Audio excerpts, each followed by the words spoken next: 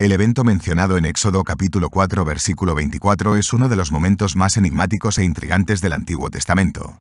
En este relato, encontramos una referencia a Dios a punto de herir a Moisés justo después de haberlo comisionado para liderar a los israelitas fuera de Egipto.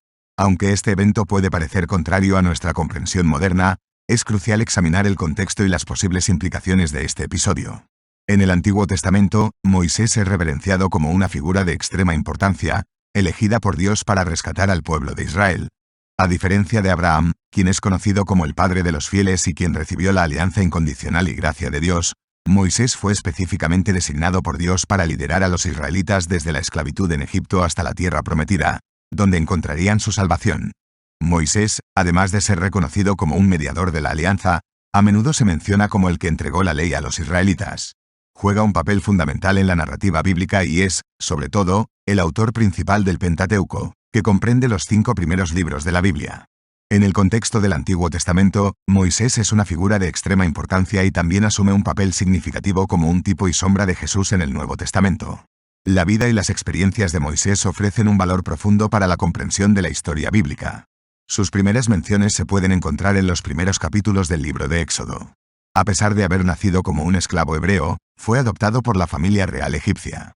Sin embargo, Moisés dejó Egipto y se convirtió en un exiliado, refugiándose en el desierto, donde Dios lo preparó para el papel crucial que desempeñaría en el futuro. El siguiente momento crucial en la vida de Moisés fue su encuentro con Dios en la zarza ardiente, un evento narrado en el libro de Éxodo, capítulo 3.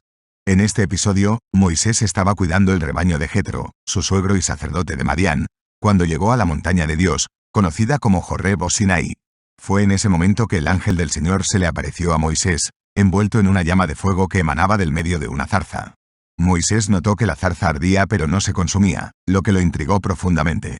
Cuando el Señor vio que Moisés se acercaba para observar, lo llamó por su nombre 2 veces, Moisés, Moisés. Inmediatamente, Moisés respondió, aquí estoy.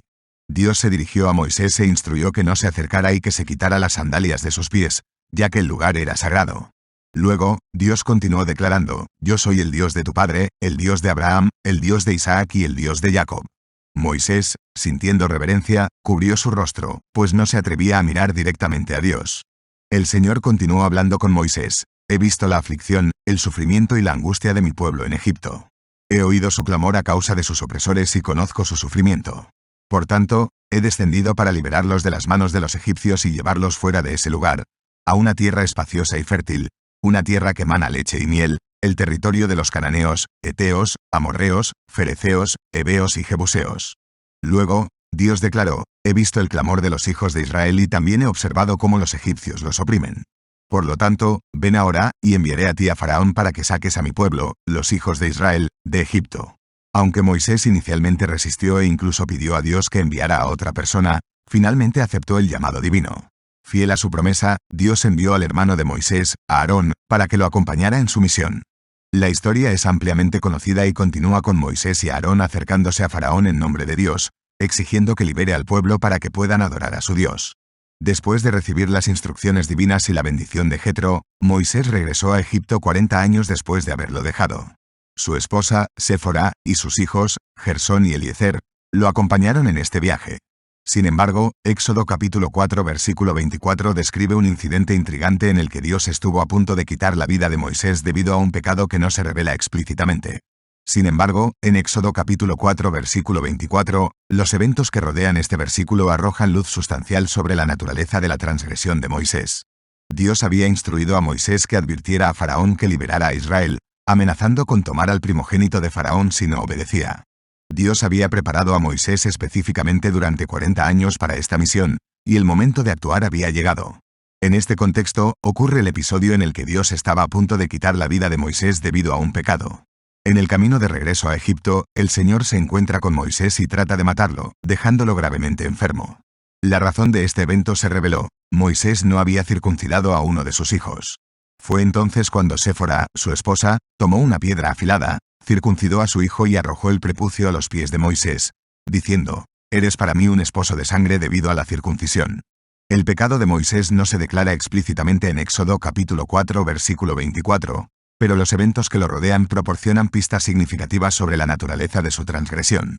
Moisés tenía la responsabilidad crucial de liderar a su pueblo fuera de Egipto y de ser un ejemplo no solo para la casa de Faraón y la nación egipcia, sino también para todas las naciones que escucharían sobre los eventos inminentes. En este contexto, leemos que el Señor encontró a Moisés y trató de quitarle la vida. Este es un momento misterioso, pero parece que Dios está confrontando a Moisés de manera intensa debido a su falla en circuncidar a su hijo. Dios exige que esta situación se corrija antes de que Moisés entre en Egipto y comience a cumplir el llamado divino. A menudo, en momentos críticos en la vida de los líderes, Dios exige que abandonen cualquier compromiso y no avancen hasta que se haga esto.